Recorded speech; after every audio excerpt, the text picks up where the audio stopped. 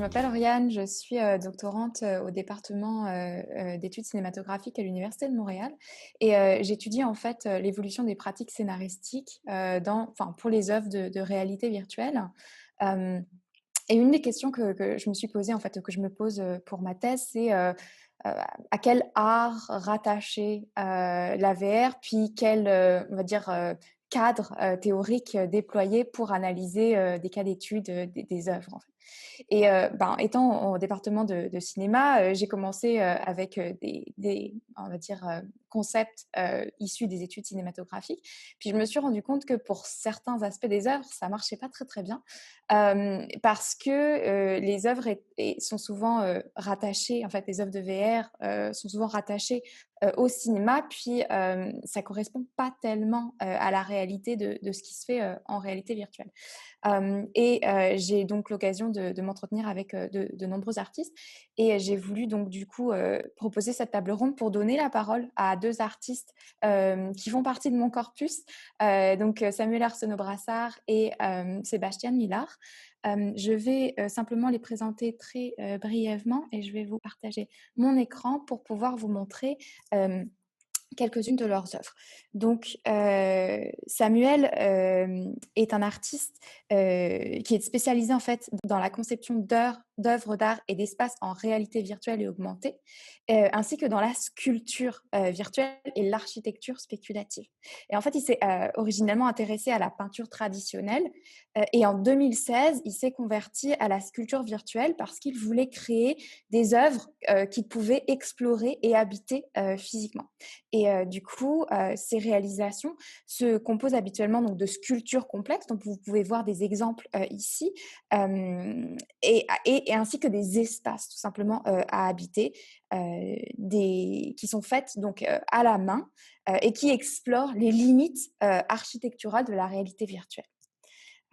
Sébastien Millard, quant à lui, il a commencé sa carrière artistique dans les arts visuels.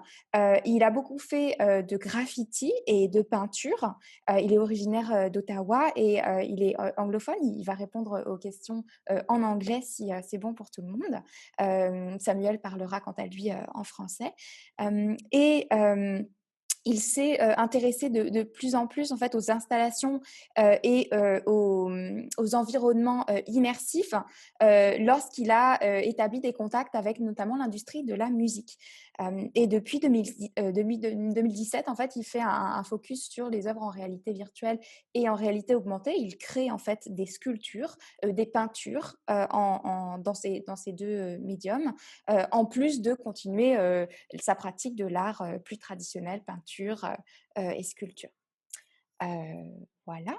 Donc, peut-être que je peux tout simplement enchaîner donc, avec mes questions aux artistes. C'est une table ronde qui va durer une cinquantaine de minutes, je dirais, et on va passer à travers 4 segments: un segment conception, un segment financement, un segment production et un segment diffusion.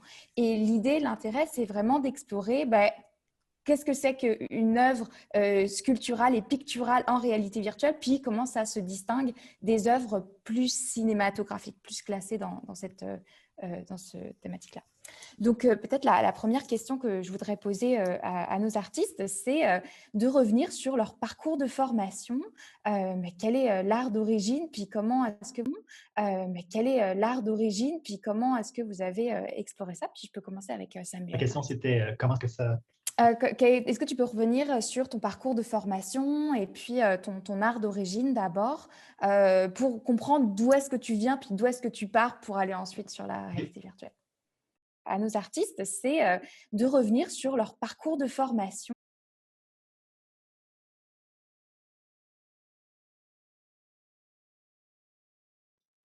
Excuse-moi, la question, c'était comment est-ce que ça... Est-ce que tu peux revenir sur ton parcours de formation et puis ton art d'origine d'abord pour comprendre d'où est-ce que tu viens puis d'où est-ce que tu pars pour aller OK. ensuite sur la réalité virtuelle? C'est un peu une longue histoire, donc je vais essayer de raccourcir le plus possible. En fait, j'ai deux chemins concurrents, donc l'art et l'architecture. Donc, je suis un artiste au début. J'ai fait 4 ans en technologie d'architecture. En fait, j'ai pris je vais skipper. Donc, quand j'ai gradué, j'ai travaillé 2 ans en design d'éclairage, où est-ce que j'ai commencé à faire de la visualisation, puis aussi à comprendre le design d'éclairage architectural pour des églises, des théâtres, des grands espaces beaux, en fait. Ensuite, je suis retourné à l'université en design au lieu de la technique, donc encore en architecture.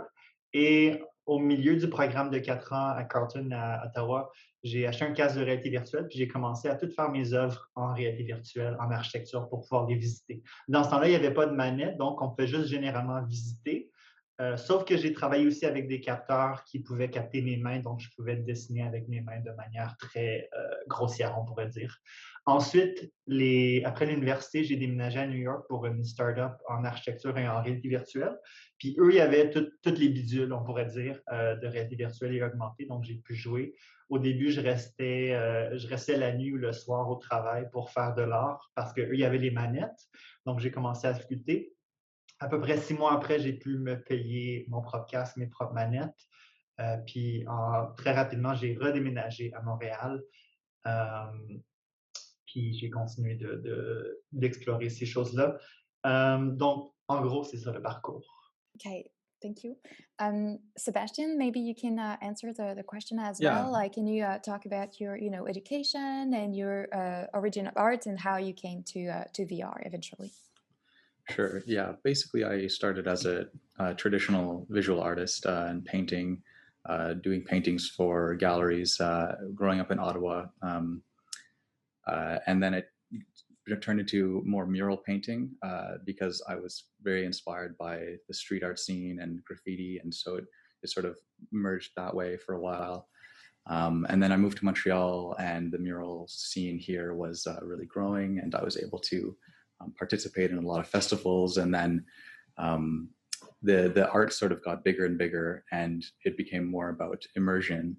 And then during my work with the festivals, I was introduced to virtual reality, and then that sort of was a natural transition to start working in this medium because you're able to create these fully immersive spaces. So, Okay, perfect. and education-wise, I actually did take a specialization course a year ago in virtual and augmented reality to learn a lot more of the technical aspects in terms of how to create experiences for virtual reality and so on. Perfect. That's a perfect transition for me for the next question. Maybe I can start with you, Sebastian, again. Can you tell me a little bit what type of experience VR you create? Can you describe a little bit what it is and how you name it? Yeah, sure. I'm basically creating immersive environments that are a continuation of the work that I create in my traditional style. So if I create characters and environments in a two-dimensional form, I like to create a world that would make you feel like you are existing within this space. So my latest show was in a gallery here in Montreal at Almille Gallery.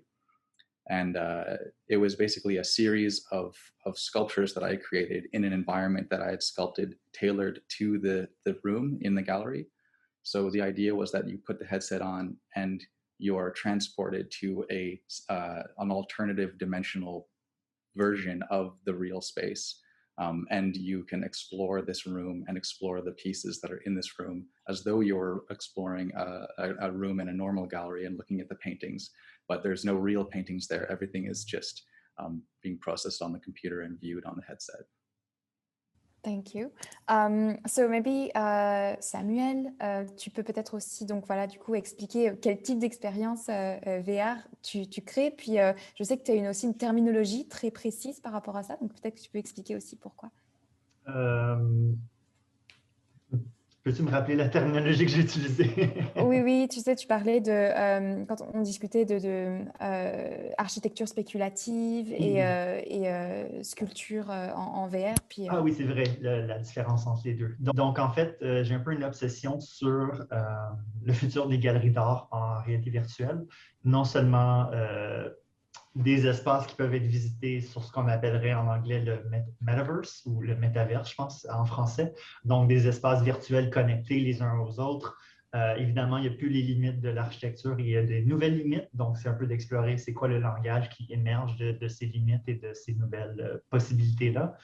Euh, Justement, dans mon travail, j'ai deux choses. Je crée de l'architecture, puis ensuite, je crée des sculptures à la main. Donc, l'architecture, c'est un petit peu avec des outils d'architecture comme Revit, en fait, même si ça parle de sketch. Puis les sculptures, c'est tout fait à la main en réalité virtuelle. Donc, généralement, dans beaucoup de mes œuvres, je crée un espace, un environnement architectural, puis ensuite, je le remplis avec mes œuvres. Euh, c'est pas mal ça. Est-ce que tu pourrais donner un exemple du coup d'une œuvre clé dans tes créations? Peut-être en quoi ça consiste, la décrire un petit peu, qu'est-ce qu'on y vit? Oui, donc justement, ce concept que je viens d'expliquer là, c'est le plus actif, je dirais, dans ce que j'appelle la galerie lumière ou Light Gallery. Donc, c'est une galerie que j'ai faite il y a peut-être 2, 3 ans pour la réalité virtuelle. C'est toute de l'architecture qui est basée un peu sur une évolution de Louis Kahn. Louis Kahn, il fait beaucoup d'architecture avec de l'éclairage solaire. Donc, c'est de l'éclairage solaire en virtuel. Mais évidemment, on peut pousser les choses plus loin parce qu'en architecture, ben là, les choses peuvent flotter, ils n'ont plus besoin d'être construisibles, etc. Donc, on peut découvrir des nouvelles stratégies d'éclairage solaire pour faire ça. La galerie, elle a à peu près 15 pièces.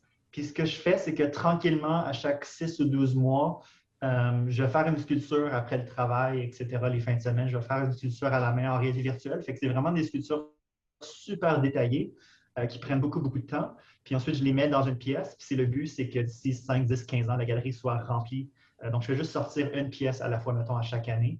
Puis à la fin du long trajet, je vais avoir comme un espace où que tu peux voir un peu mon évolution artistique, puis les changements qu'il y a eu avec la technologie qui ont été l'évolution en fait. Okay, merci.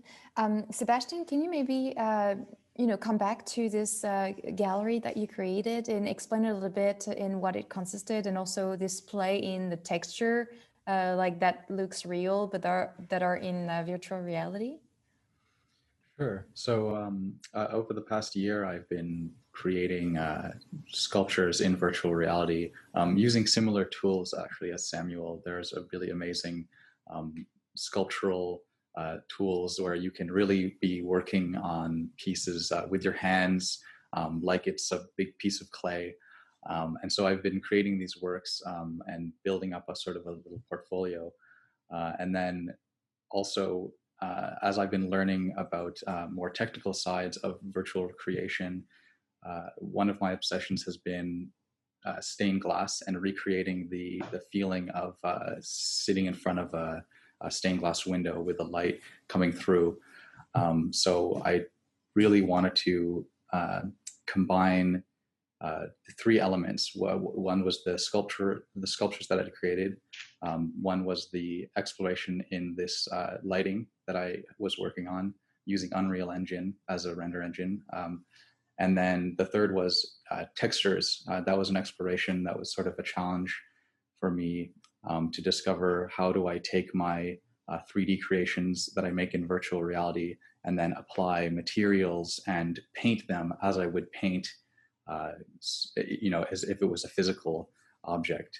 And so these three elements really came together: the modeling and the texturing, and then the lighting in this latest piece that I did.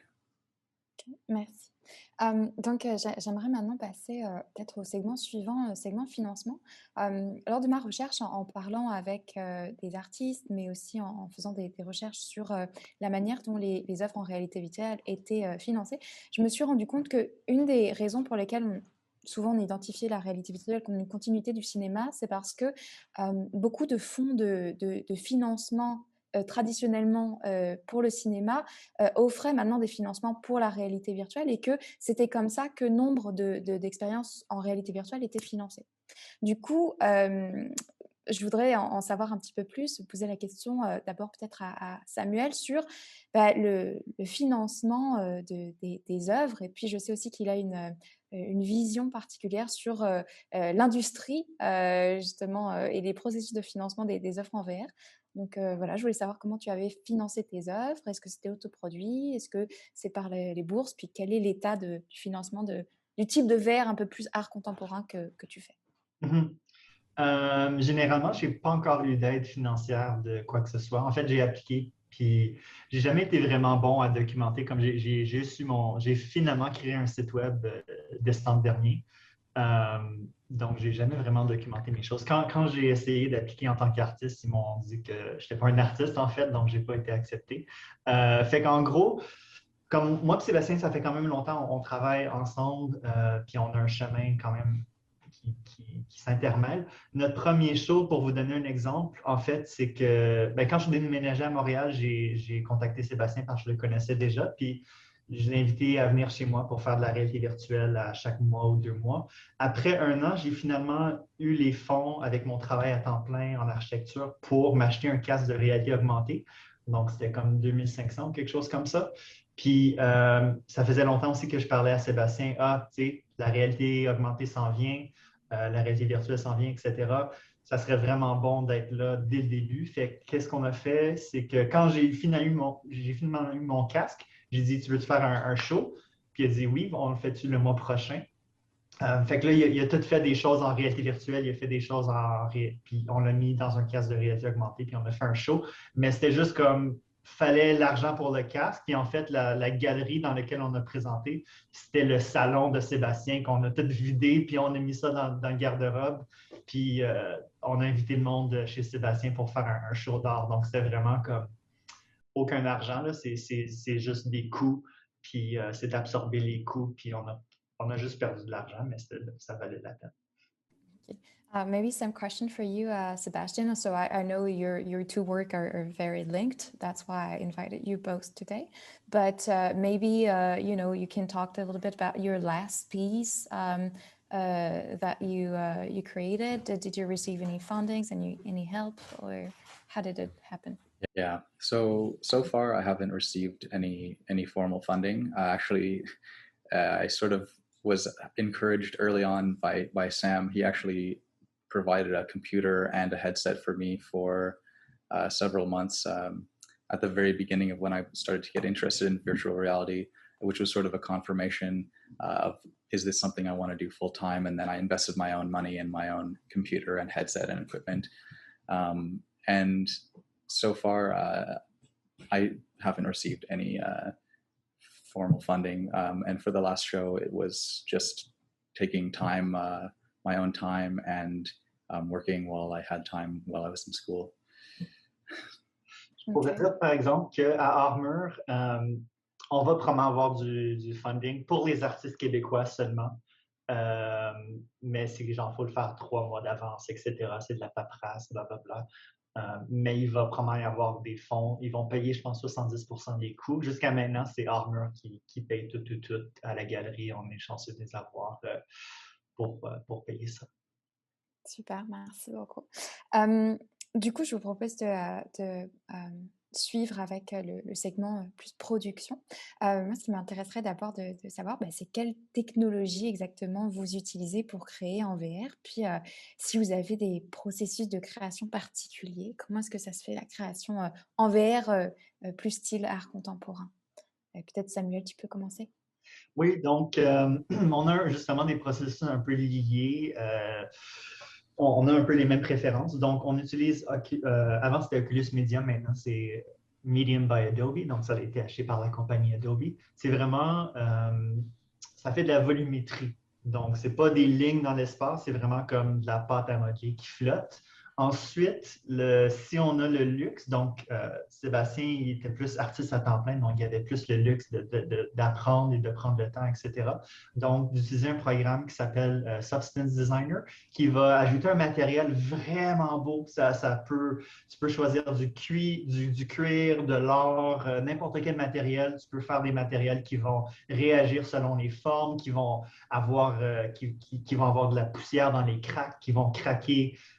Ou est-ce que c'est pointu? Tu peux vraiment aller loin avec Substance Designer. Puis en fait, dans les jeux vidéo, je pense que c'est 95% des jeux vidéo qu'on appelle AAA, donc des millions de dollars, qui utilisent Substance Designer. Donc, c'est vraiment la solution de luxe pour les matériaux. Ensuite, c'est une question d'éclairage. Moi, j'ai une grosse spécialité éclairage, fait que je vais un peu plus loin dans ce côté-là. Sébastien utilise Unreal. que c'est plus automatisé, puis aussi il y a ses propres spécialisations, puis ses propres préférences. Puis ensuite, il faut que ça aille dans un jeu d'engin vidéo, donc soit Unity ou Unreal. Moi, je suis plus Unity, Sébastien est plus Unreal. Donc, c'est ça. Tu fais de la forme, tu mets des matériaux, tu fais de la lumière, puis tu mets ça dans un engin de jeu vidéo. D'accord. Est-ce que je peux, pour le processus de création, peut-être te demander de retourner, tu sais, tu m'avais dit que c'était comme quand tu dansais, comme si tu Oui. dansais. Tu peux expliquer ça? Oui, donc, en fait, il y a beaucoup de monde qui n'ont aucune idée de quoi je parle quand je dis que c'est fait à la main en réalité virtuelle, puis me regardent avec des gros yeux. Donc, je vais faire une démonstration un peu clown de... Donc, voici, j'ai un casque de réalité virtuelle. C'est les manettes. Donc, quand je pèse, ça va faire des traits dans l'espace.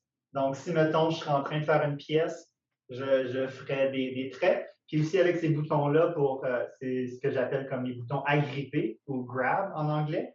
Donc, ça, si je prends le monde, je peux faire une rotation, je peux rapetisser, je peux agrandir, je peux tourner le monde. Fait que c'est un peu comme le contraire de la réalité où est-ce que tu tournes le monde à l'envers autour de toi au lieu de bouger dans le monde. Fait que c'est vraiment libérant pour les artistes. Si je décide que je veux me rendre minime puis aller travailler à cette échelle-là, je vais faire ça. Puis ensuite, tout d'un coup, ben, je deviens comme la grandeur de Dieu un bâtiment de 60 étages. Fait que je bouge dans les réalités un peu comme un oiseau de n'importe quelle manière. Merci beaucoup. Sebastian, maybe the same question for you. Like, what is your process of creation? What type of, well, Samuel talked a little bit about it, but what type of technology do you use? And, what details? He did a pretty covering it for me. But I mostly start in virtual reality using Adobe Medium is my favorite sculpting tool. And then I will export it and then usually have to work in a secondary 3D content creation tool. So it could be Blender, Maya, Cinema 4D, whatever. I use Maya just because that's what I have right now. And then I'll take that and I'll use, Substance, as Sam mentioned. Substance Designer, Substance Painter. And then I basically work on the textures, painting, you can really do a lot with the texture because you can optimize the model to be really low resolution, and then you can basically bake the high resolution texture onto the low resolution model, and that means that you can bring a lot more assets into your world, and that'll look really nice. And then for my latest project, I used Unreal Engine as the game engine for rendering and to create the application.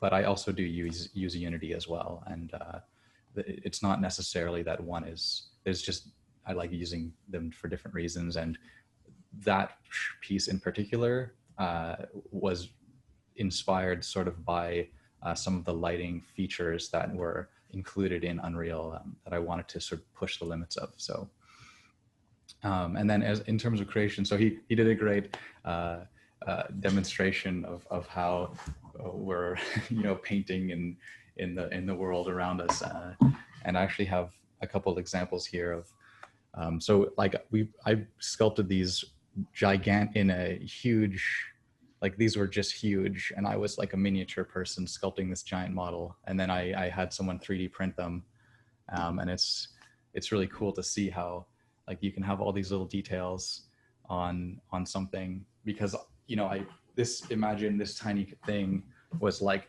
the size of the room, and I have like a tiny brush and I can carve little details into it and then shrink it down and then just have a little thing. That's something that you could not do in reality, like downsize and upsize the sculpture that you're making. Exactly. Okay. So speaking of which, once the work is done, maybe the question that I have with the distribution segment is, where do you show your work?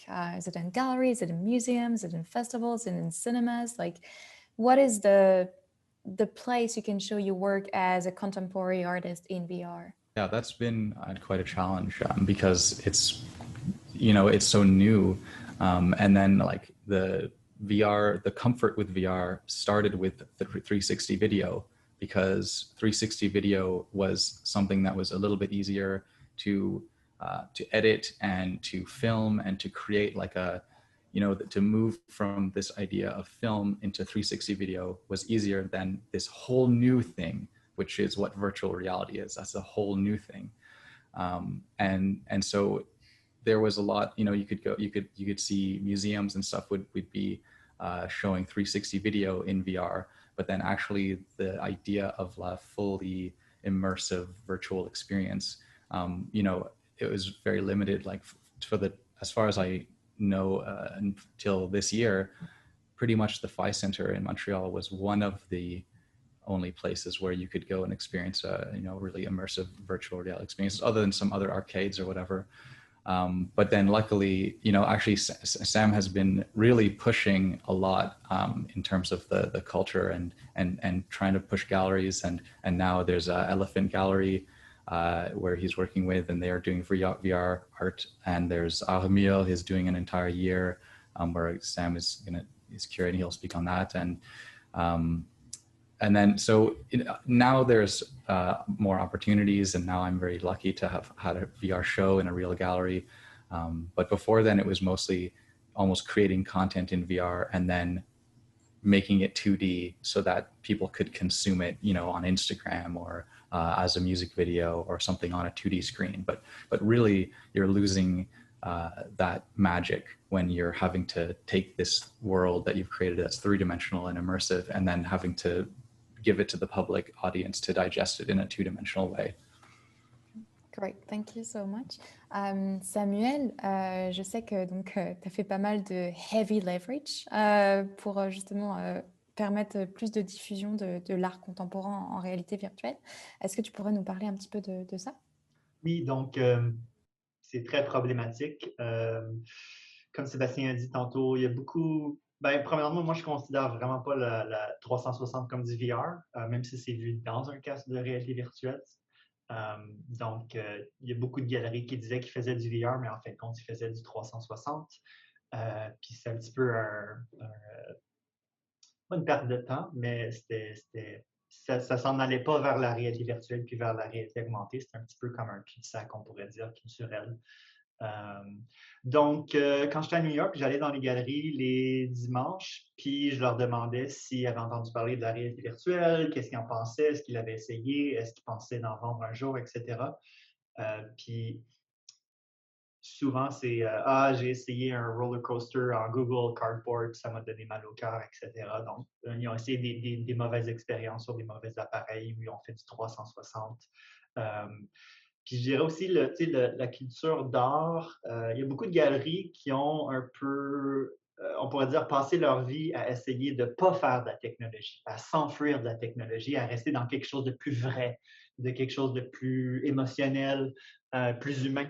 Donc, c'est pas l'industrie qui est la plus technologique. Il y en a quelques-unes galeries qui sont axées là-dessus, mais c'est vraiment pas un monde où est-ce que il y a nécessairement toujours un mariage entre l'art et la technologie. C'est plus une minorité des choses, généralement. Donc, en tant qu'artiste, c'est vraiment dur. Puis, j'ai toujours eu un peu la mission de comme, tu sais, c'est quasiment impossible de vendre de l'art en réalité virtuelle. Ça serait vraiment bien que les artistes dans le futur, il n'y ait pas besoin de se fendre la tête en deux puis de ne pas être capable de se vendre, puis de juste dire, OK, mais moi, je mets tout mon effort en faisant de l'art en réalité virtuelle. Puis ensuite, je vais avoir une des 5-10 galeries qui est capable de me supporter, puis je choisis laquelle que je veux. Donc, c'est sûr, le Centre Phi a fait beaucoup de choses avant-garde avec la réalité virtuelle, mais ce n'est pas nécessairement pour les artistes individuels. C'est plus pour les projets avec beaucoup de fonds. On peut penser plus à des expériences un peu plus films, jeux vidéo, tandis que moi, c'est plus pour les artistes individuels. Puis d'habitude, ce que je leur dis, c'est je veux juste être dans ta peinture. Je veux pas un film, je veux pas un jeu vidéo, je veux pas quelque chose de 80 000 $. Je veux juste être dans ton environnement comme dans ta peinture. Ceci étant dit aussi, un gros merci à la Galerie Éléphant parce qu'ils ont eu confiance en moi. Ça fait 3 ans qu'on travaille ensemble, au début en tant qu'artiste, puis maintenant je suis commissaire avec eux. Et à travers la Galerie Éléphant, j'ai aussi rencontré la Galerie Armure il y a presque 2 ans maintenant. Puis maintenant, je suis commissaire à la galerie Armor. Donc, ça commence. Puis justement, une de mes grosses missions, c'est juste de rendre ça, tu sais, comme on peut être à l'avant-garde à Montréal. On n'a pas besoin de suivre qu'est-ce que New York fait 5 à 10 ans en arrière. On peut être à l'avant-garde. Puis on a la technologie, on a la culture, puis aussi la culture française. Puis il faut juste mettre des acteurs en réalité virtuelle, montrer, tu sais, les artistes, ils ne savent pas, les collectionneurs, ils ne savent pas, il faut juste rendre ça confortable. Puis justement, le but d'être commissaire puis de faire des shows, c'est juste d'éblouir ce monde-là, puis que les collectionneurs se disent ah oui, je veux vraiment commencer à collectionner, je vais m'acheter un casque, je vais m'acheter un ordinateur. Puis que les artistes, c'est pas à l'école, fait qu'ils savent pas. Ils savent pas que c'est possible à moins. Ils vont pas se dire ah, peut-être que je vais aller m'acheter un ordinateur de 4 000 $ puis faire de la réalité virtuelle. Peut-être que je vais aimer ça. Là. C'est pas par hasard que ça se passe. Faut que ça leur soit un peu apporté ou qu'il y ait une étincelle pour commencer ce feu-là. Donc, je fais des étincelles. Merci beaucoup. Du coup, est-ce que tu pourrais, peut-être enchaîner sur, quelle est, l'expérience de l'utilisateur, dans tes œuvres en VR? Quand tu les diffuses, qu'est-ce qu'on peut y faire, en fait? Comment est-ce qu'on expérimente ça? Puis qu'est-ce qu'on vit? Mm-hmm. Premièrement, en réalité virtuelle, on est vraiment comme téléporté à un autre endroit, presque violemment des fois. Puis aussi, c'est important comment est-ce que le visiteur, etc., rentre en réalité virtuelle. Donc, on peut penser à décorer la pièce qui va un peu préparer psychologiquement à ce qui s'en vient en réalité virtuelle. Donc, comment est-ce que le spectateur rentre et ressort? Parce que ça peut être très brusque. Si je te dis, ah ben là, tu es en enfer ou tu es sur le top d'une pyramide ou tu es dans un hélicoptère, puis 2 secondes avant, tu étais dans une pièce blanche, ça peut être un peu brusque. Donc, qu'est-ce qu'ils vivent? C'est surtout architectural, puis c'est surtout sculptural. De ce temps-ci, c'est juste comme une seule pièce vraiment belle, vraiment bien léchée, avec de l'éclairage, avec une sculpture que ma dernière pièce, ça m'a pris un peu plus qu'1 an à la sculpter. Donc, beaucoup, beaucoup, beaucoup de détails. J'ai poussé ça au maximum. Une de mes pièces les plus connues, j'ai fait les concepts d'architecture pour Museum of Other Realities. Donc, c'est un musée virtuel beaucoup plus grand et avec des pièces d'art de d'autres personnes. Donc, je ne sais pas, là, c'est peut-être comme un demi-kilomètre d'espace. Donc, il y a beaucoup plus cette expérience architecturale-là où est-ce qu'il y a une transition d'un espace à l'autre, il y a de la circulation, puis il y a des moments architecturaux. Tu sais, en ce moment, ma dernière pièce Armor, c'est juste une pièce. Fait que tu n'as pas le feeling de passer dans un corridor, puis tout d'un coup, il y a une grande ouverture, tu es juste dans la pièce. Tandis que dans Museum of Other Realities, il y a beaucoup plus ces transitions-là d'un espace à l'autre, puis ces relations. Ça fait des moments qui peuvent devenir cinématiques ou plus dramatiques, etc. Merci. Maybe Sebastian, the same question, like what is the experience of the user in your VR work? Yeah, it's really interesting because as a traditional artist, it's a lot of it is based in taste, and people have very specific tastes about art. So when you go into a gallery, if you see a big painting that you really you don't like the colors, or you don't like whatever the vibe that you're getting from it, you just look away. But in virtual reality, you're creating this world where you're putting someone in your perspective, and you're putting them fully into this environment. And I mean, so far nobody's reacted just, oh my gosh, take this off. But you have to be aware of that when you're creating the experience, because it's like, sometimes you have this concept of, oh, maybe I want to have flames and this yellow light and certain things. And, it could give someone the feeling like that they're, on fire, and maybe it's their first time that they've tried VR before, and they just have this really horrible experience, and that's something that has affected,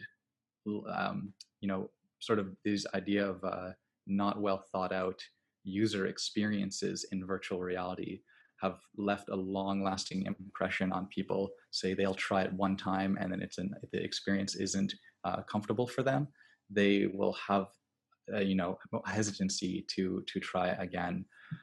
So it's really, you're tailoring. You have to remember that you see a world from your own perspective, and you're going to be putting someone else kind of into that perspective. So, you know, it's very interesting. It's interesting to see reactions of people going into your world and coming out, and what do they have to say about it, and what are the details that they notice that, you know, I've really noticed that people see a lot. They nothing gets like the little details that I think, oh, I didn't have time to quite to fix that one little thing, but nobody's really going to notice. And then it's like they put the heads on. What's that? You know, they immediately see this one little thing out of place, and it's fascinating. Okay. And for my PhD thesis, I really looked into words and terminology. I would like to know if you have, specific words that you're using to talk about the users or you as a creator or your work. Is it something that you came with? Um, the only real terminology that I think I've been using that's been related to the VR world has been the concept of the metaverse, and I think this word metaverse is really illustrative of it's something that is it's sort of a great way to describe this other dimension, this alternative dimension, the place where all of this virtual stuff that we create exists. In terms of user terminology, maybe Sam has something more to say about that. Yeah, Samuel, je sais que tu as un descriptif, une terminologie très précise par rapport à tes œuvres et aux utilisateurs et même à toi-même en tant qu'auteur. Est-ce que tu pourrais nous en parler? Oui, avant que je passe sur mon sujet, je voulais dire, je faisais une joke quand on en parlait avec Sébastien que c'est peut-être comme congregation, parce que ces œuvres, c'est vraiment spirituel, fait que c'est quasiment comme du monde qui visite ces espaces, vont à l'église. Pour moi, au début, je pensais surtout architecture, j'essaie de trouver un mot. Au début, je pensais comme habitant ou inhabitant, mais à la fin de la journée, ils vont pas manger leur déjeuner puis boire leur café dans mes pièces de réalité virtuelle. Fait que j'ai plus pivoté au mot visiteur. Donc, c'est vraiment comme quelqu'un qui vient dans un bâtiment. C'est pas habitant. Il y a peut-être un autre mot entre les deux. Fait que c'est ça, j'ai fini par utiliser le mot visiteur pour m'exprimer. D'accord, super. Et j'ai peut-être une dernière question. Dans dans ma petite bourse à questions, pour, ce panel qui est, qu'est-ce que vous avez appris, en fait, en montrant vos œuvres, en public? Qu'est-ce que les spectateurs, les utilisateurs vous ont appris de vos propres pièces? Récemment, avec ma sculpture, en fait, souvent, ce que j'essaie de faire, c'est de faire des pièces qui vont faire réagir le monde d'une certaine manière. Comme j'avais fait une pièce où est-ce que 80% du détail était à terre, puis j'encourageais le monde à s'asseoir à terre s'il était confortable. Donc, puis souvent, ce que j'essaie de faire, c'est justement qu'il y ait comme un spectacle dans la réalité virtuelle, mais aussi un spectacle ça fait quasiment comme un cirque avec les spectateurs qui s'assisent à terre dans un art fair où est-ce qu'il y a 100 personnes, 100 étrangers qui vont les regarder agir de manière bizarre. Donc, ce que j'ai trouvé dans ma dernière pièce, c'est que le monde, il capotait à juste marcher dans la sculpture. Souvent, il y a ce premier instinct-là, c'est comme justement dans la pièce où j'invitais le monde à s'asseoir à terre, on l'a vu la petite image verte au début.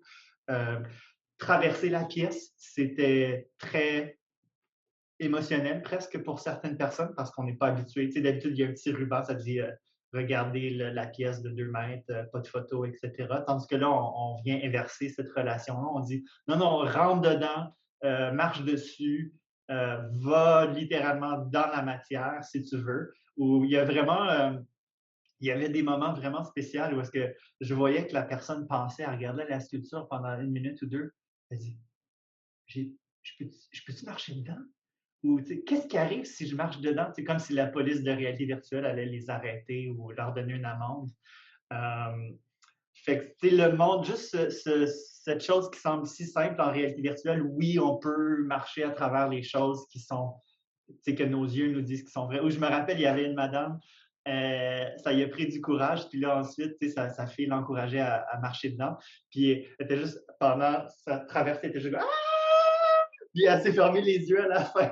C'était juste cette chose de base-là. Mais évidemment, il y a beaucoup de choses à pousser plus loin que ça. Mais ça me surprend un peu toujours à quel point ça peut être émotionnel, ce premier choc de dire oui, tu peux marcher à travers la matière, même si tes yeux disent que c'est vrai, puis tu penses que c'est vrai, c'est pas vrai.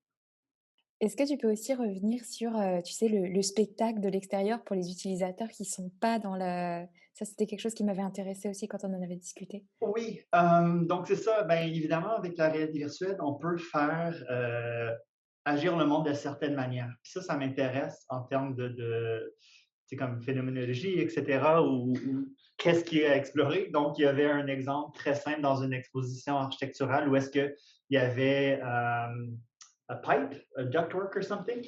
Donc, tout le monde dans l'exposition, il faisait comme ça pour pas déranger la chose. On pourrait faire même un tunnel où est-ce que le monde sont en quatre pattes à terre, sont en train de marcher dans un tunnel.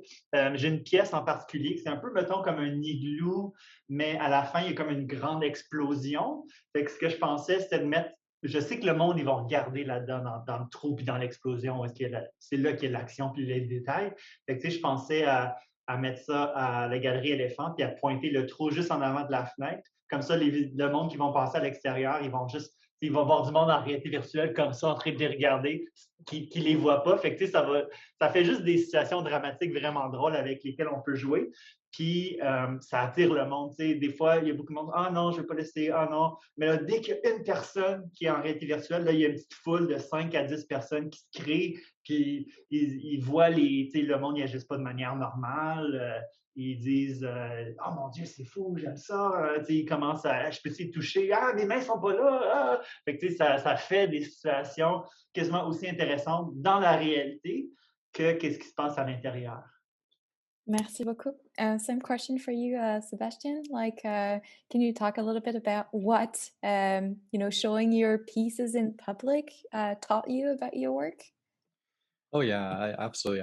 I mean, Sam made some really excellent points there because it is really fascinating to watch people and how they react, especially when you've created this environment. You've created the architecture of this space, and you know what you're like the god of this world, and then you're putting this person in there. It's almost like putting a pet rat in a new in a new maze. You create this world and you put all these things there, and then you say, okay, like, here you go, take what are you going to look at, what is going to, like in my last piece, I found people just staring up at the light, um and they would just be looking up at it, and it really was the point of this giant window that I had created was to just illuminate the sculptures. But it was really interesting to see people just looking up at the light and and just enjoying it, and enjoying parts of it that I wouldn't have necessarily expected them to. um, but yeah, you learn a lot from watching them. And one thing that I learned as well is this, that there is sometimes there's a hesitancy to move in the space and to really explore, like what Sam was saying. People, they don't necessarily know that they can walk through and right up close to things. And I think that's something that I learned about my work watching other people, was that I want to create it so that it entices people, that it encourages people to maybe explore or maybe interact with the world, because I think that people are craving that interaction. They're just sort of not sure whether or not it's possible, and I want to encourage that. So in the future, hopefully, I'll be able to include that more, and have it more of an experience that'll get you to out of your shell, moving around and interacting with the environment. Bah, merci beaucoup. J'ai fini avec mes questions. Je voudrais, les ouvrir, au public. Avant, je vais me permettre peut-être 2 minutes hem, de synthèse et puis de conclusion. Bon, bah, d'abord, je voudrais remercier, Sébastien et Samuel de m'avoir rejoint pour cette table ronde aujourd'hui. Ce sont à la fois des artistes que j'admire, mais aussi des amis. Donc voilà. Et puis, par rapport à une petite synthèse, vous l'avez compris, il y a beaucoup de travaux qui existent, académiques en fait sur les vidéos, 360, notamment en documentaire, mais aussi, en film. Il y a beaucoup moins de choses qui se font sur d'autres types d'expériences en réalité virtuelle et à travers ma thèse, j'étudie bien sûr des vidéos 360, mais aussi des œuvres d'art en réalité virtuelle plus contemporaines comme celle de Samuel ou de Sébastien, des pièces de danse en réalité virtuelle, du théâtre en réalité virtuelle, de l'architecture en réalité virtuelle. Donc ça compose vraiment tout mon corpus. Hem, j'ai à peu près, 14 œuvres en fait, et je collecte les documents scénaristiques, de ces créations-là puisque mon prisme d'étude, c'est, l'écriture de ces œuvres-là, puis les mutations en fait de ces écritures. Et mon corpus du coup regroupe à peu près 300-350 documents, actuellement. Et c'est, je crois, la seule scénarithèque, on va dire, qui existe, aussi complète ou aussi fournie, on va dire.